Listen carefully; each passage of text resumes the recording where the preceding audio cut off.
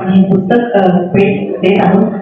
Ethical hacking and cyber security या पुस्तकाचं प्रकाशन होत असलं तरी आपण त्यांच्या वेळेचा सदुपयोग करूया आणि त्यांच्या हस्ते आपण हे पुस्तक प्रकाशित होत आहे। Ethical hacking and cyber security हे रेश्मा दीपक जाधव साळुंखे यांनी लिहिलेलं हे पुस्तक अतिशय नव्या पिढीला उपयुक्त आणि एक वेगळी माहिती देणारं पुस्तक आहे। हे रेफरन्स बुक म्हणून आपले सगळे विद्यार्थी वापरतील। त्याच्यामध्ये Maharashtra state board of skill vocational education training skill employment आणि इनोव्हेशन डिपार्टमेंट महाराष्ट्र शासन यांनी अप्रूव्ह केलेला सिलेबस आणि त्याच्यामध्ये कशा पद्धतीने तुम्ही सायबर सिक्युरिटीचं या पुस्तकाची आवश्यकता होती आणि त्यांचा वाढदिवस पण आहे। त्या वाढदिवसाच्या पण मनापासून शुभेच्छा देतो।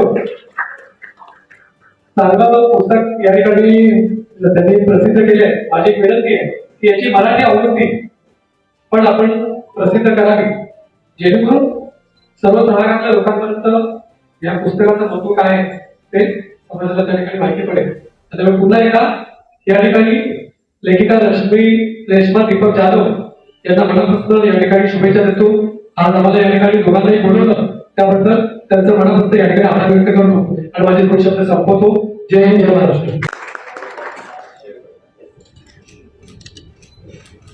रेश्माताईंच्या माध्यमाने जे पुस्तक लिहिलेलं आहे ते ethical hacking and cyber security या कारणावर आणि त्याचबरोबर लोकांसाठी हे उपलब्ध होण्याच्या दृष्टिकोनाने आयोजित कार्यक्रमाला उपस्थित ठाणे शहराचे अध्यक्ष सन्माननीय बाबुले साहेब, त्याचबरोबर रेश्माताई त्यांची आखी टीम, डिकोडचे सर्व पदाधिकारी, सर्व मान्यवर। खरं तर ज्यावेळेस मला ताईंनी निमंत्रण दिलं त्यांचं खरं तर कौतुक आहे की पाठपुरावाही त्यांचा तेवढाच होता। कारण येण्याचं आवर्जून विषय आवडला की त्यांचा 5 वेळा त्याच्यासाठीच फोन येऊन गेला की यायचं आहे। त्याच्यामुळे मी म्हटलं की 5-10 मिनिटं का नसो पण येणं गरजेचं आहे।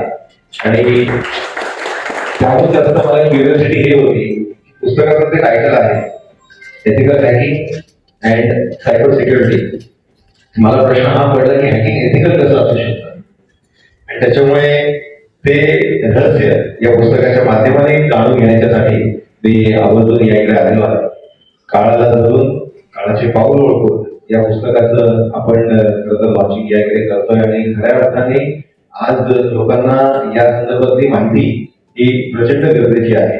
आमच्याकडे रोज ऍव्हरेज 2 तरी अशा केसेस ऐकू येतात की आम्ही 2000 रुपये हे केले आणि आमचे 2 लाख रुपये अकाउंट मधून गेले। अकाउंट मधून आणि सिनियर सिटीजन्सला जास्त तर हा त्यांच्या बँक अकाउंट मधून थेट पैसे काढून घ्यायचा प्रकार हा सातत्याने चालू आहे। आताच 1-2 महिन्यापूर्वी आपण ऐकलं असेल की मायक्रोसॉफ्टचं फार मोठ्या प्रमाणात हॅकिंग झालं। म्हणजे एवढी मोठी मल्टीनॅशनल कंपनी आणि त्याचा इम्पॅक्ट असा होता की पूर्ण जगात म्हणजे ग्लोबल इम्पॅक्ट त्याला म्हणतो की जगात आपण सगळे सिस्टम म्हणजे एअरपोर्ट वरती सगळंच काम जवळजवळ 3-4 तासासाठी ठप्प राहिलं।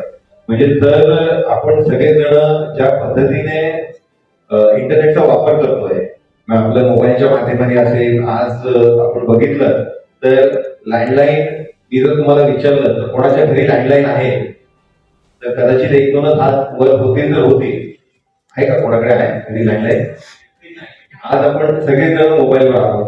त्याच्यानंतर मध्यंतरीचा काळ आपण डीटीएच वर आहोत, केबलवरनं आपण डीटीएच वर आहोत।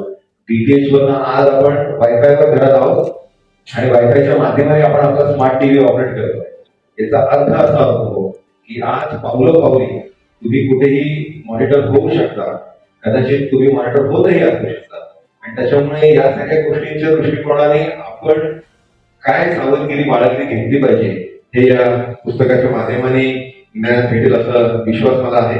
एक खऱ्या अर्थाने रेफरन्स बुक जो फक्त स्किल डेव्हलपमेंट साठी मुलांच्या याच्यासाठी कामी येईलच पण त्याचबरोबर समाजालाही चांगली दिशा दाखवेल असा विश्वास व्यक्त करतो। आवर्जून मला या कार्यक्रमाला बोलवलं त्यासाठी आपल्या सगळ्यांचे आभार व्यक्त करतो आणि हे पुस्तकाची कॉपी घेण्यासाठीच खरं तर मी या इकडे आलेलो आहे। त्याच्यामुळे पुस्तकाची कॉपी दिल्याबद्दल आपले आभार व्यक्त करतो। थांबतो। धन्यवाद। जय हिंद। हमारे न्यूज चैनल्स को सब्सक्राइब करें, लाइक करें, कमेंट्स करें, शेयर करें और घंटी का बटन प्रेस करें ताकि आने वाली हर वीडियो और अपडेट्स की नोटिफिकेशन आप सभी को मिलती रहे। जय हिंद, जय महाराष्ट्र।